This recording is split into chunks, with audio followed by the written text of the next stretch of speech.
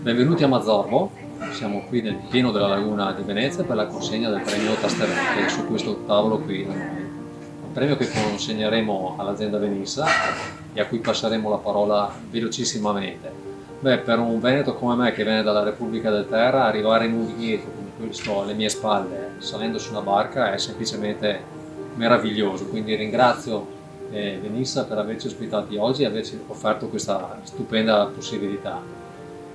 Aggiungerei che attraversare il mare, quel pezzo di laguna per arrivare qui ci ha regalato anche un'emozione particolare. C'è questa idea di confine un po' indeterminato tra terra e mare probabilmente, quindi questa idea che un po' accompagna il lavoro che avete fatto come azienda in questo territorio. Forse perché quando il confine è così flebile probabilmente c'è anche più voglia di attaccarsi voracemente, avidamente alla terra, quindi c'è un senso di ricerca, diciamo, e di bisogno della terra che accompagna il lavoro che avete fatto, quindi sì. Avete fatto un lavoro enorme e che con questo premio AIS vuole riconoscere. Grazie davvero. Ed è proprio per questo che abbiamo deciso di premiare il Venissa Bianco. Perché? Perché la famiglia Bisol è andata alla ricerca di qualcosa di quasi dimenticato, rischiavamo di perderlo. È andata alla ricerca di un vitigno, la Dorona, l'uva dei Dogi, che nelle isole di Venezia è sempre stata presente e abbiamo rischiato di perderne le caratteristiche, di perderne le qualità, di perderne il ricordo.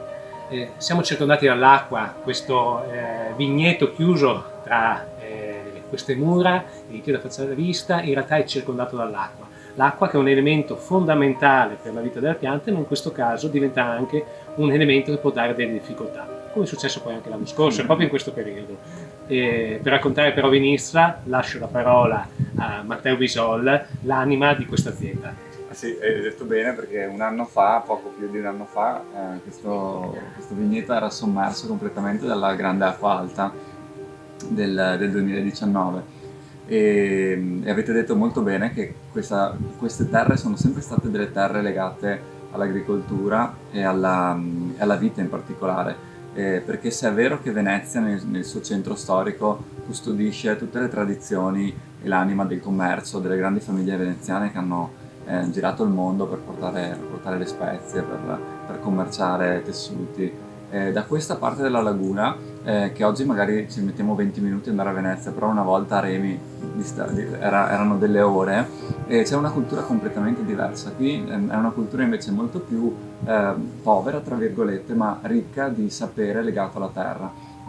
Sono persone che vivono in simbiosi con la natura, che sia per la pesca, come nell'isola di Burano, o che sia per l'agricoltura, come invece nelle isole di Mazzorbo, di Torcello, di Sant'Erasmo, delle Vignole. Ed è sempre stato così. Questa cosa poi negli ultimi anni si è un po' persa per molti motivi, però per noi la cosa importante era quella di far sì che questa tradizione, che questa parte, che è un patrimonio proprio della città di Venezia, della nostra storia, penso anche di tutta Italia e di tutto il mondo, possa comunque rimanere in vita. Quindi questo è il lavoro che abbiamo fatto e poi siamo stati davvero contenti che poi oltre a questo recupero, che è quasi qualcosa che si spinge sul culturale, sia venuto fuori un prodotto che ben rappresenti questo sforzo e l'unicità di queste terre, e ci fa davvero molto piacere che poi AIS l'abbia premiato con le 4 viti e che abbia scelto Venissa per il premio Tasterette. Quindi sono io che ringrazio voi assolutamente. Diciamo che parliamo spesso di viticoltura estrema quando siamo nelle ripide pendie delle colline del Vado Piadene oppure sulla costa Ligure. In realtà questa è un'agricoltura estrema, questa è una viticoltura estrema. Per le difficoltà di spostamento, ma anche per le difficoltà ambientali che ci sono. Sì. Grazie mille. Stavo pensando finché ti ascoltavo, Matteo, che tu oggi sei felice di questo premio. In realtà ti abbiamo caricato di una responsabilità enorme, perché questo è un premio alla civiltà, non solo un premio a un lavoro di recupero, quindi complimenti di nuovo. E un dettaglio importante, ricordiamolo Giovanni, il prossimo numero della rivista Venezia Magazine avrà uno spazio dedicato a questo vino, una speciale verticale dedicata a questa splendida realtà, per cui invito i nostri lettori ad approfittarne perché lo troveranno recapitato a casa nei prossimi giorni. Numero speciale dedicato a Venezia, con una particolare occhio al Venissa.